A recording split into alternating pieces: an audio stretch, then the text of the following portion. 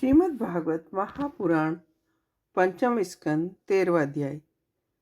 भवाटवी का वर्णन और रहुगण का संशयनाश।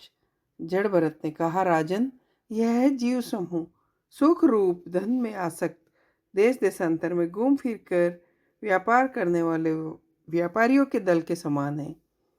इसे माया ने दुस्तर प्रवृत्ति मार्ग में लगा दिया, इसलिए इसकी सात्विक, राजस, तामस वेदों से नाना प्रकार के कर्मों पर ही दृष्टि टिक जाती है।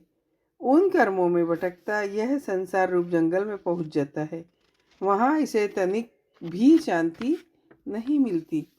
महाराज, उस जंगल में 6 डाकू है। इस वणिक समाज का नायक बड़ा दुष्ट है। उसके नेतृत्व में जब वह वहां पहुंचता है तब ये लुटेरा बलात् इसका सब माल मता लूट लेते हैं।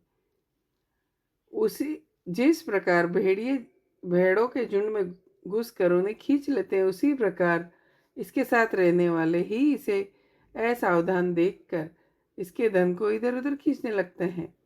वह जंगल बहुत सी लता, घास और जाड़ जंकाड़ के कारण दुर्गम हो रहा है। इसमें मच्छर इसे चैन नहीं लेने देते। वहाँ इसे कभी गंधर्व नगर दिखने लगता है, कभी चमकता हुआ अगिया बेताल आंखों के सामने आ जाता है। यह वणिक समुदाय इस वन में निवास स्थान, जल और धन में आसक्त होकर इधर उधर भटकता रहता है। कभी बवंडर से उठी धूल के द्वारा जब सारी दिशाएं हो जाती है तो इसकी आंखों में भी धूल आ जाती है और दिशाओं का ज्ञान भी नहीं रहता।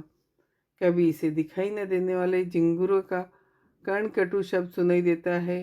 कभी इसे भूख सताती है तो यह निंदनीय वृक्षों का ही सहारा टटोलने लगता है। कभी जलहीन नदियों की ओर जाता है। कभी अन्न न मिलने पर आपस में एक दूसरे से भोजन प्राप्ति की इच्छा करता है। कभी अपने से अधिक बलवान लोग इसका धन छीन लेते हैं तो दुखी होकर शोक करता है। कभी पर्वतों पर चढ़ना चाहता है तो कांटे और कंकर पैर छलनी हो जाने से उदास हो जाता है। कुटुंब बहुत बढ़ जाता है और उदर पूर्ति का साधन नहीं होता तो भूख की ज्वाला से अपने ही बंधु बांधवों पर खींचने लगता है। कभी अजगर सर्प का ग्रास बनकर वन में फेंक के मुर्दे के समान पड़ा रहता है। कभी मधु खोजने लगता है। कभी शीत, धाम, आंधी और वर्षा से अपनी रक्षा करने में असमर्थ हो जाता है। कभी आपस में थोड़ा बहुत व्यापार करता है। कभी उस संसार वन में इसका धन नष्ट हो जाता है तो इसके पास सैया आसन रहने के लिए स्थान और सैर सपाटे के लिए सवारी भी नहीं रहते हैं। तब दूसरों से याचना करता है। मांगने पर भी अभिलाषित वस्तु नहीं मिलती तब पराई वस्तुओं पर अनुचित दृष्टि रखने के कारण इसे तिरस्कार सहना पड़ता है। इस प्रकार व्यावहारिक संबंध के कारण एक दूसरे से द्वेष भाव बढ़ जाने पर भी वह वणिक समूह आपस में विवाह आदि संबंध स्थापित करता है और फिर इस मार्ग में तरह तरह के कष्ट और धन क्षय आदि संकटों को भोगते भोगते मृतक व्रत हो जाता है। साथियों में से जो मरते जाते हैं उन्हें जहाँ का तहाँ छोड़कर नवीन उत्पन्न हुए के साथ वह बंजारों का समूह बराबर आगे ही बढ़ता रहता है। वीरवर, उनमें से कोई भी प्राणी न हो, न तो आज तक वापस लौटा है, न किसी ने इस संकटपूर्ण मार्ग को पार करके परमानंद में योग की ही शरण ली है।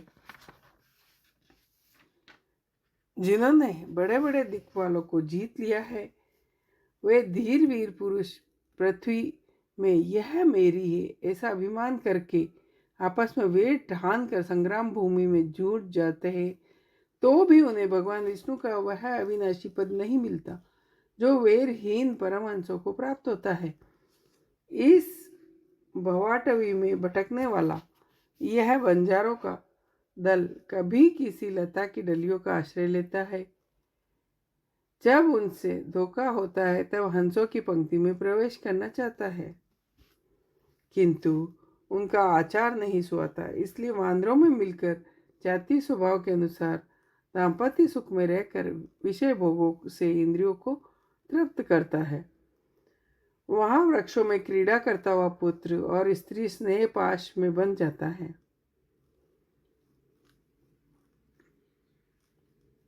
शत्रु दमन, यदि किसी प्रकार इसे आपत्ति से छुटकारा मिल जाता है तो यह फिर अपने गोल में मिल जाता है। जो मनुष्य माया की प्रेरणा से एक बार इस मार्ग में पहुंच जाता है उसे भटकते भटकते अंत तक अपने पुरुषार्थ का पता नहीं लगता। राहुगण, तुम भी इसी मार्ग में भटक रहे हो, इसलिए अब प्रजा को दंड देने का कार्य छोड़कर समस्त प्राणियों के सुहृदय हो जाओ और विषय में अनासक्त होकर भगवत सेवा से तीक्ष्ण किया हुआ ज्ञान रूप खड़ग लेकर इस मार्ग को पार कर लो। राजा राहुगण ने कहा, अहो, समस्त योनियों में यह मनुष्य जन्म ही श्रेष्ठ है। अन्य लोकों में प्राप्त होने वाले देवादि उत्कृष्ट जन्मों से भी क्या लाभ है, जहाँ भगवान ऋषिकेश के पवित्र यश से शुद्ध अंतःकरण वाले आप जैसे महात्माओं का अधिकाधिक समागम नहीं मिलता। आपके चरण कमलों की रज का सेवन करने से जिनके सारे पाप ताप नष्ट हो गए हैं, उन महानुभावों को भगवान की विशुद्ध भक्ति प्राप्त होना कोई विचित्र बात नहीं। मेरा तो आपके 2 घड़ी के सत्संग से ही सारा कुतर्क मूलक अज्ञान नष्ट हो गया है। ब्रह्म ज्ञानियों में जो वयोवृद्ध हो उन्हें नमस्कार है, जो शिशु हो उन्हें नमस्कार है, जो युवा हो उन्हें नमस्कार है, जो क्रीडारत बालक हो उन्हें भी नमस्कार है। जो ब्रह्म ज्ञानी ब्राह्मण अवधूत वेश से पृथ्वी पर विचरते हैं उनसे हम जैसे ऐश्वर्योन्मत्त राजाओं का कल्याण हो। श्री सुखदेव जी कहते हैं, उत्तरानंदन, इस प्रकार उन परम प्रभावशाली ब्रह्मशी पुत्र ने अपना अपमान करने वाले सिंधु नरेश रहुगण को भी अत्यंत करुणावश आत्मतत्व का उपदेश दिया। तब राजा रहुगण ने दीन भाव से उनके चरणों की वंदना की। फिर वे परिपूर्ण समुद्र के समान शांतचित्त होकर पृथ्वी पर विचरने लगे। उनके सत्संग से परमात्मा तत्व का ज्ञान पाकर सौवीरपति रहुगण ने भी अंतःकरण में अविद्यावश आरोपित देह आत्मा बुद्धि को त्याग दिया। राजन, जो लोग भगवत आश्रित अन्य भक्तों की शरण लेते हैं उनका ऐसा ही प्रभाव होता है, उनके पास अविद्या ठहर नहीं सकती। राजा परीक्षित ने कहा, महाभागवत मुनि श्रेष्ठ, आप परम विद्वान हैं। आपने रूप आदि के द्वारा अप्रत्यक्ष रूप से जीवों के जिस संसार रूप मार्ग का वर्णन किया उस विषय की कल्पना विवेकी पुरुष की बुद्धि ने की है। वह अल्प बुद्धि वाले पुरुषों की समझ में सुगमता से नहीं आ सकता। यह मेरी प्रार्थना है कि इस दुर्बोध विषय को रूपक का स्पष्टीकरण करने वाले शब्दों से खोलकर समझाइए। इति श्रीमद्भागवत महापुराण परमहंसाय संहिताय पंचम स्कंद 13वां अध्याय। जय हो।